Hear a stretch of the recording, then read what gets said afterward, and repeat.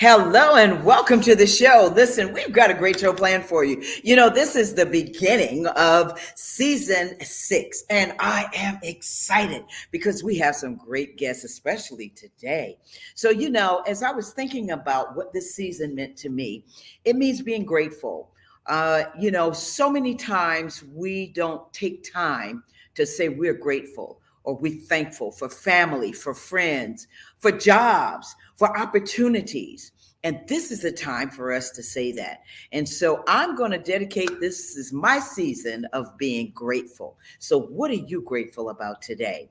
So anyway, as I said, we've got a great show planned for you. I will be talking with a dear friend and an author, Dr. Nisha Jenkins-Tate. And when we come back, we're going to be talking about her, what she's doing, all the exciting things, and about her new book that I tell you what, you're going to love it. You have the new superpowers. That's what it's called. And so I look forward to us having that conversation. So I want you to sit back, relax, and enjoy because it's coming up next. The Cecil Williams South Carolina Civil Rights Museum is the Palmetto State's first and only museum. It honors a generation of people, black and white, throughout the state of South Carolina who deserve to be remembered for their unselfish commitments and sacrifices. Enjoy an immersive and entertaining virtual tour. For more information, visit www.cecilwilliams.com.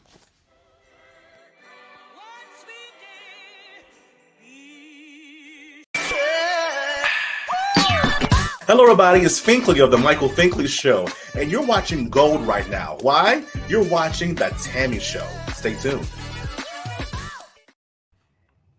Welcome back to the show. I told you we have a great show planned for you. I'm excited because this is a dear friend that I haven't seen for a long time. I'm not going to say many, many years, but for a while, and we've still kept in contact with each other.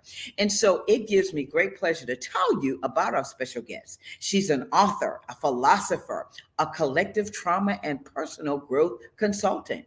She's a mom, an auntie, a boomer. She's particularly committed to work that heals the impact of collective trauma on millennials and Generation Z, who are poised to create an awesome future that helps us to heal our fractured planet. Now, she completed her undergraduate studies in journalism at Howard University, Bison's, everybody, the Kathy Hughes School of Communications, a Master of Science from Johns Hopkins University, Carey Business School, and a Doctor of Philosophy from Howard University Graduate School of Arts and Sciences with a major concentration in culture studies and minor concentration in social psychology. Well, all I can tell you is what? She is a Charlestonian. She is my dear friend. And ladies and gentlemen, introducing Miss Dr. Nisha Jenkins-Tate. Come on out, Dr. Nisha. Hi, Tammy. Hi, everyone. How are you? I'm doing great. How are you? Listen, you look fabulous. Almost wear more pink myself today. And you look fabulous. I mean, looks like when we were in school. I'm not going to say how many years ago.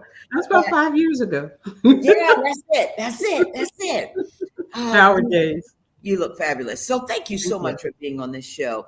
Nisha, I know you. And as I told you earlier, it's just us sitting here having this conversation like if we were at our kitchen eating crabs. How about that? Okay. And so I want, if someone came to you and they said, hey, Nisha, who are you? What would you say?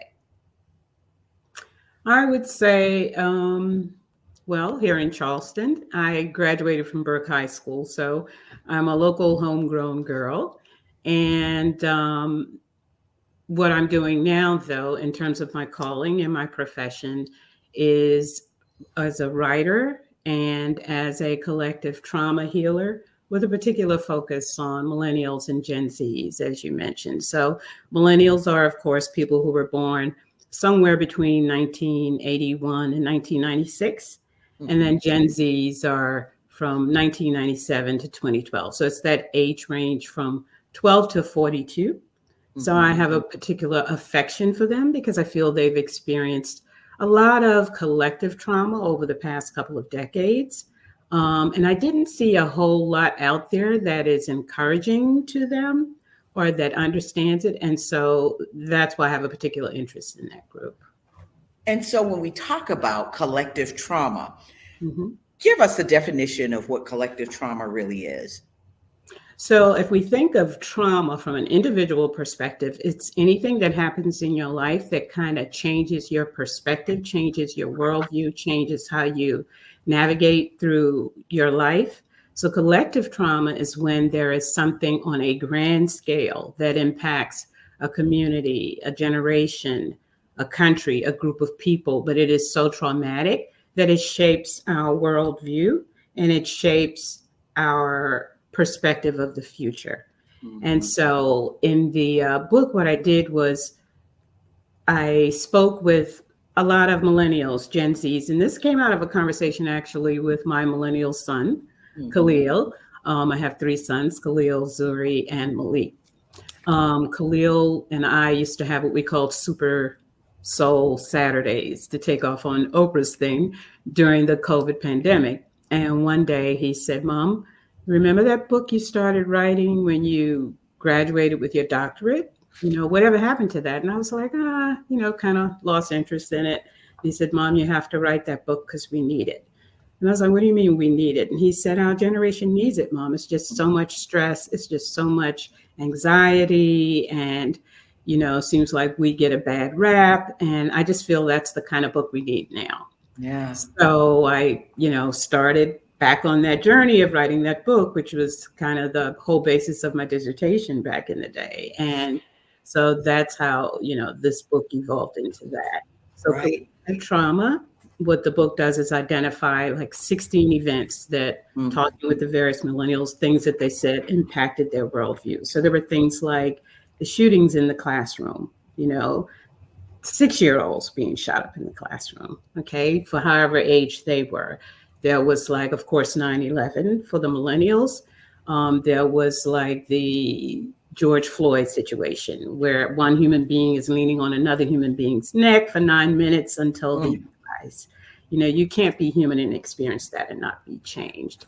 And then artificial intelligence, AI, and how that's impacting the job market and that type of thing. So just in talking with them, these were some of the things that they identified that make them doubtful about the world being a safe space. And so this Right. book just kind of rolls it all back to say, who are you?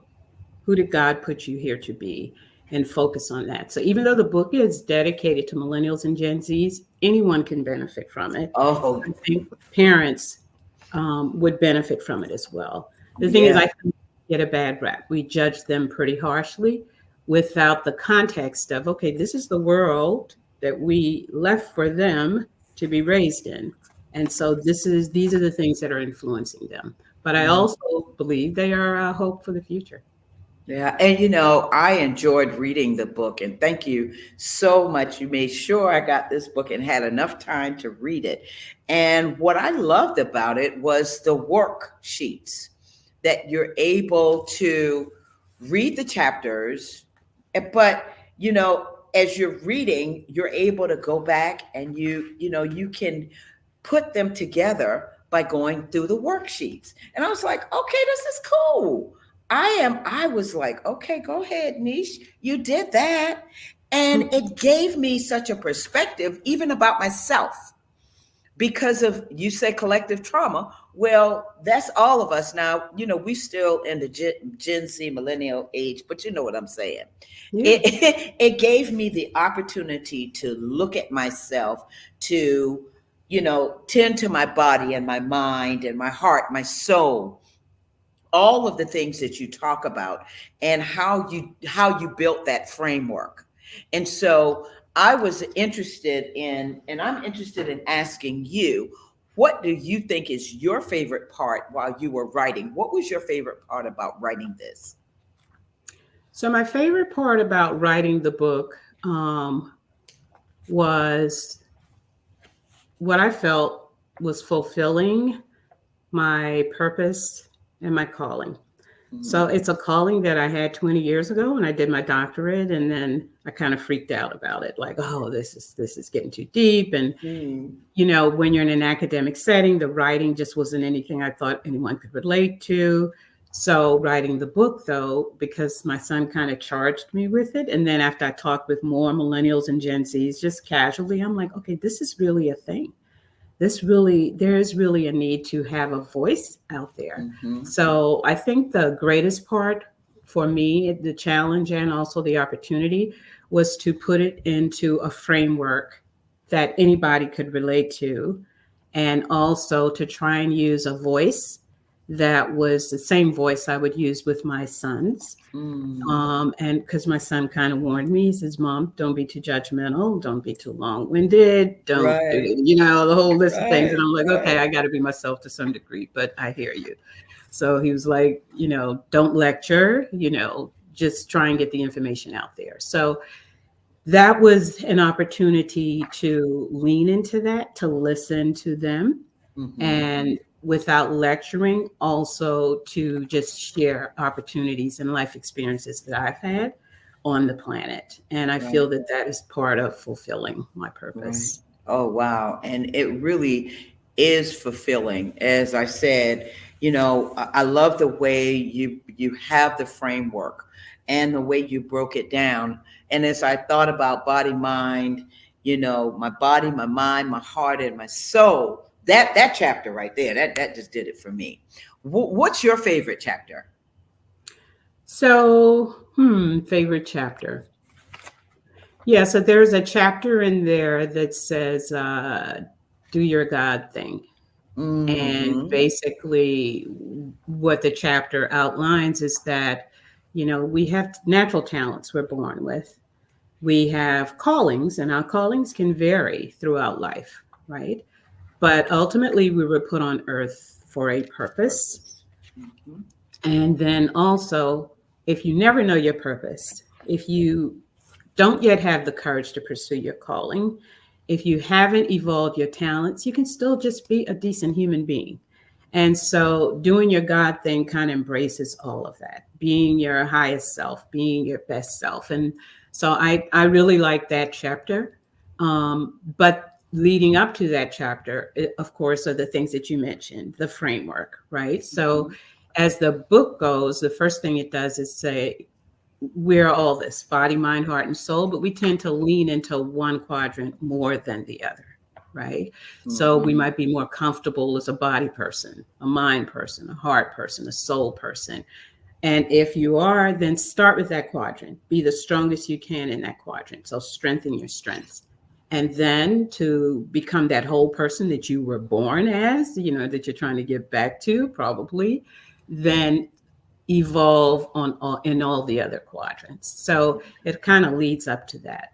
So in the longer title of the book, which is Dear Millennials and Gen Zs, Never Let the Clutterettes Nibble on Your Cheese, You Have the New Superpowers. It's a very long title.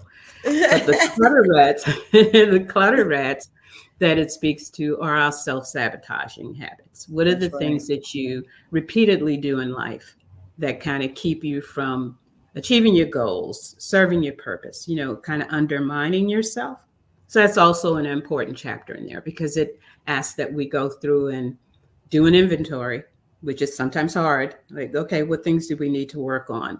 And then it's not to be self-critical, but it is to say, own this, then elevate it.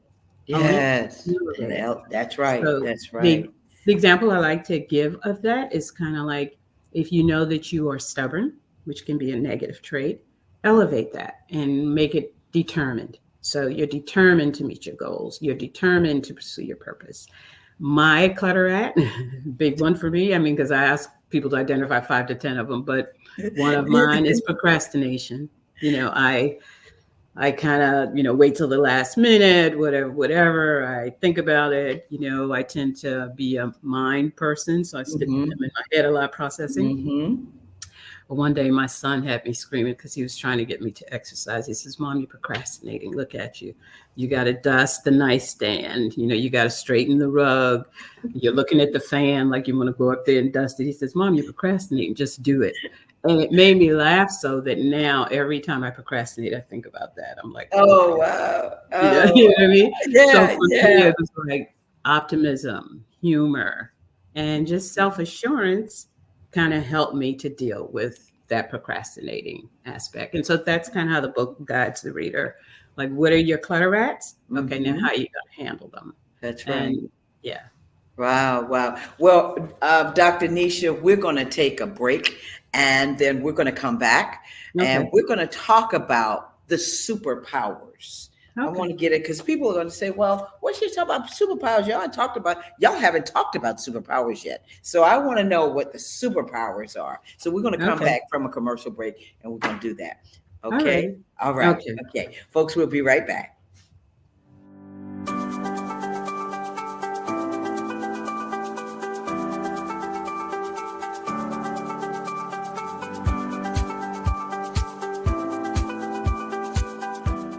The Orangeburg County Conference Center supports downtown Orangeburg and our surrounding communities. The 6,000 plus square foot space is ideal for groups of up to 400 people attending corporate meetings, conventions, workshops, and special events. Conference Center staff are inspired to ensure that everyone can enjoy the modern amenities. State-of-the-art ballroom that accommodates up to 400 guests banquet style and 430 guests theater style. A warming kitchen with hot boxes, ice machine, refrigerator, freezer, and counter space. A lobby that accommodates 150 guests with special events outdoors. The comfortable outdoor amphitheater has a video wall and seating. Adjacent to the amphitheater is 12,000 plus square feet of green space that extends events outside, plus complimentary on-site event parking and additional parking across the street. Your event can take place all in one spectacular location. We welcome your special event in Orangeburg.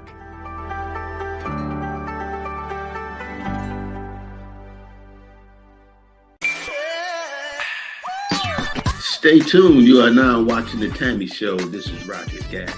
Welcome. Welcome back to the show. We've been talking with Dr. Nisha Jenkins-Tate, author of You Have the New Superpowers. So Nisha, thank you for joining us again and coming back to the show. When I think about superpowers, we always think about cartoons and Superman and Wonder Woman and all these things. And people can call us those things from one time to another. What are the superpowers that you're identifying in your book? What is it that you want everyone to identify within the book as far as superpowers are concerned? Okay. So to set it up in the book, the first thing that the book asks readers to do is to identify your quadrant. Your strongest quadrant. And so it does that with some value statements. So let me just give you an example of the value statements, and then we'll talk about how the superpowers are assigned to each quadrant. Okay. All right. So if you are a body person, a quote unquote body person, we're going to go through body, mind, heart, and soul, then it is important for you to be able to take action and to be intentional about achieving your desired outcomes. It is important for you to take good care of your personal appearance, and your burning questions tend to center on what, when, and how much. So that's kind of body. People tend to be centered in action and actuals and what's here and now. If you are a mind person, then these value statements you might relate to. It is important for me to be able to constantly learn new things and exchange new ideas. It is important for me to be able to dig deeper and solve problems. And my burning questions may center on why. You're always asking why. And you're always trying to figure out how to make things better. If you are a hard person, Then your value statements would be, it is important for me to be able to share my feelings and express my emotions, especially when I'm with people that I care about. And it is important for me to feel emotional connection when I'm interacting with people. And their burning questions tend to center on who and where. And then finally, if you're a soul person, then it is important for me to have a clear conscience. It is important for me to trust my intuition, my gut. It is important for me to express my creativity. And my burning questions center on how, because I'm always trying to put the context of things, like how did that happen? I'm looking for patterns. And so from there, what we look at are the superpowers for each quadrant. And to the extent that you identify with one quadrant more than the other, then you can look at what are your superpowers. But those superpowers are accessible when you're operating at your highest level, at your highest self. So it's kind of difficult to call on your superpowers if you're operating at a low energy level, low vibration level. And so the goal of the book is always to keep elevating and recognize, there are good days and bad days, and life can give you some curveballs, but how do you bounce back from that? So resilience is important. So from the body perspective, for a body person, your superpowers are your presence, your agency, and your light. So people who are body people, they own a room. They can come in even without speaking. Their presence is felt. You have a lot of presence. You have ownership of your body. And for the mind person, it is your brilliance, it is your peace, and it is your visualization. You can get a concept and see how it can be mapped out even before other people do. Your mind's always chewing on things. And then for heart people, it is your warmth, it is your joy, and it is your love. People can just feel that from you. People gravitate toward you. So that's your superpower. And then for the soul person, it's your resilience, bouncing back. It's probably a strong belief in God and in faith, and your vision. You can see things that other people cannot, but you receive that vision and you can make it happen. And then your creativity. So soul people are kind of closer to their calling. They can feel it. They have a close connection. So those are kind of the, superpowers outlined in the book. They're very high level because there's room there now for what is your calling. So, for example, we could have the same superpowers, but different callings. You're a hard person, warmth, joy, love. Maybe your calling places you in the classroom. Maybe your calling places you in public relations. Maybe your calling places you in hospitality. So we've always got a different calling, but the superpowers are the same. And then even though I mentioned all this, the 4 quadrants, of course, as an individual, as a human being, we have all these quadrants. It's just that we don't tend to be strong in all of them. Right. So start with the one that you're most comfortable in. It helps to elevate everything else. And so that is the purpose of the book is to elevate.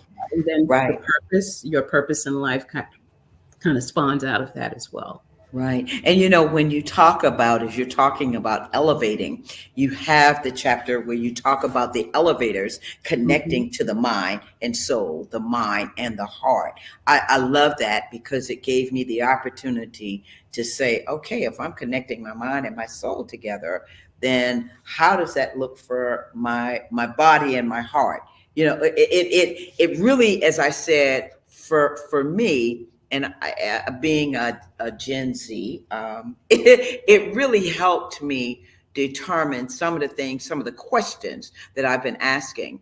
And when it comes to young people, because, I have my producer, my assistant producer in here, Willie, you a Gen Z or a millennial? And he's shaking his head. And so the beauty of it is that you have a call to action. At the very end, there's a call to action talking about your pledge and mission and your mission statement. How do you want young people, and I'm going to say young millennials and Gen Zs, to really develop their pledges and their mission statements? What is the message? So once you have gone through the book, and I think it's a book that can be a reference, actually for a lifetime, because Mhm. it's a textbook and a workbook, but it is just to be mindful of that you have a purpose. You are here for a reason. And then making that commitment then says, I understand who I am. Understand why God placed me here, and this is my focus. Now, your calling, as I said, can vary in life. So, like we talked about the superpowers and how your superpower might manifest this way, somebody else may manifest the other way. So, your calling can shift too. Like maybe you started out wanting to be a teacher. Now you are a writer. Now you are this. I mean, we're always evolving in life, but the purpose is very fundamental. The calling may vary, and we're always leveraging those talents. So when they go through the exercise of saying, this is your mission statement, this is your purpose, your commitment to that, they've already previously looked at, okay, well, what were some of the things that I just did naturally as a child? That your parents said, or your grandparents, or your friends, because that's going to help you to know what talents you just naturally leverage. I believe that God gave us some natural talents that we don't have to go to school to learn. We can refine it there, we hone it there, but it's just natural. It's just in us, and it's tied to what our purpose is. And so I think going through that exercise worksheet, I think I provided about maybe 110 of them, and Mhm. saying, oh, as a child, everybody says I was naturally this, I was naturally that, I was naturally that. And then honing those skills, that is going to help you to serve your mission, which is your purpose. And it's also going to help us to evolve as a human being. And so that's kind of the thought, leverage the gifts that God gave you, answer your calling, which takes courage, because we kind of talk ourselves out of things, or Yeah. we want the grand scale of things, when it's like, maybe it doesn't have to be that grand. You may touch somebody that's on a grander scale. Just answer your calling, and then serving your purpose, which gives us a reason in life, to keep pressing on when the hard things hit us. Yeah. Wow, Dr. Nisha, I will have to have you come back. You're gonna have to give us a part two. To you have the new superpowers. What's next for you, Dr. Nisha? What's next, Nisha? So yeah, right now I'm organizing some workshops. So what I want to do now is to take it into the schools, like high schools, college settings. It's of course to get them to read the book, but more importantly is to create a forum where people can talk about some of the collective trauma, where they can look at, okay, this is my strongest quadrant. What are my superpowers? What is my purpose? And then just grow and evolve out of that. So that's my immediate need is to do outreach to the young people who are targeted by this book. And I ask of course, the cooperation of parents in doing the same thing. I had so many parents that bought the books for the young people, and then they were like, I don't know, I kind of want this for myself. I'm like, let's buy another copy. That's right. That's right. That's I'm right. like, that's a typical boomer. It's like, okay, this Yeah, one's not about that's you, right. this is about them. Yeah. So it's that's my goal. Promote the book, get the book in the hands of the people that it's written and dedicated to, and just provide a tool for them to help make this a better world than we have left with them. Wow. So, Willie, I want to show the book. I want people to see the book cover. There it is. Thank And you. it's a beautiful book. And I'm urging anyone and everyone to really buy this book, not only for your millennials and Gen Zs, but you'll get something out of it as well. Thank you, Willie, for showing that. Marnishia, listen, I am so grateful that you were able to join the show today. You have blessed me more than you know. And I just want to thank you so much for Thank writing you this for book. having me. Yeah, Oh, thank you for having me, Tammy. I really appreciate this, and it's good seeing you. We'll it's see good. each other.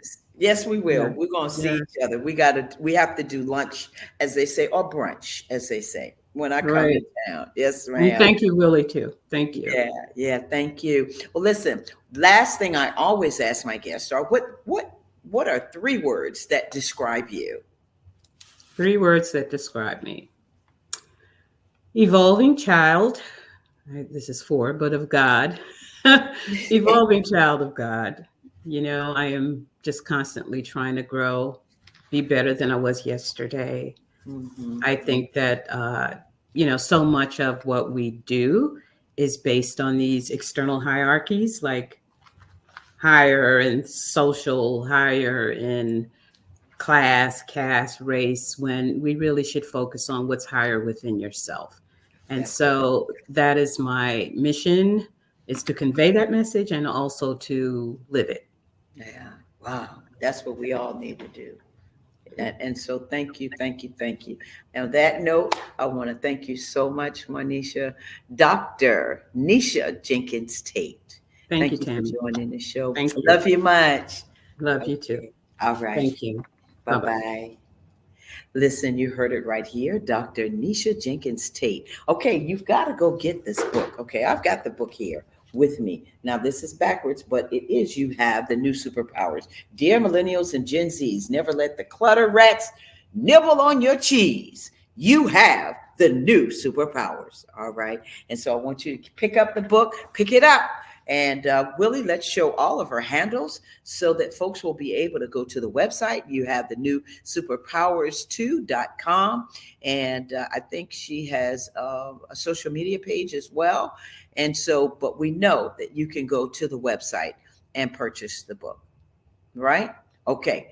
So the website, it is Dr. Nisha.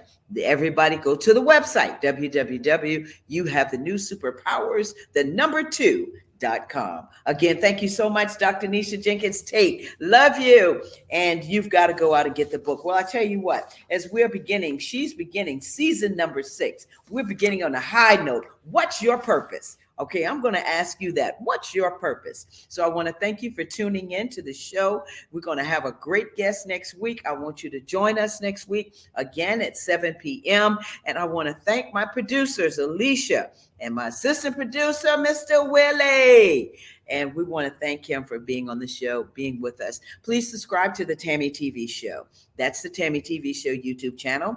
Remember, all you have to do is hit the subscribe button, that red button, and join us every Thursday at 7.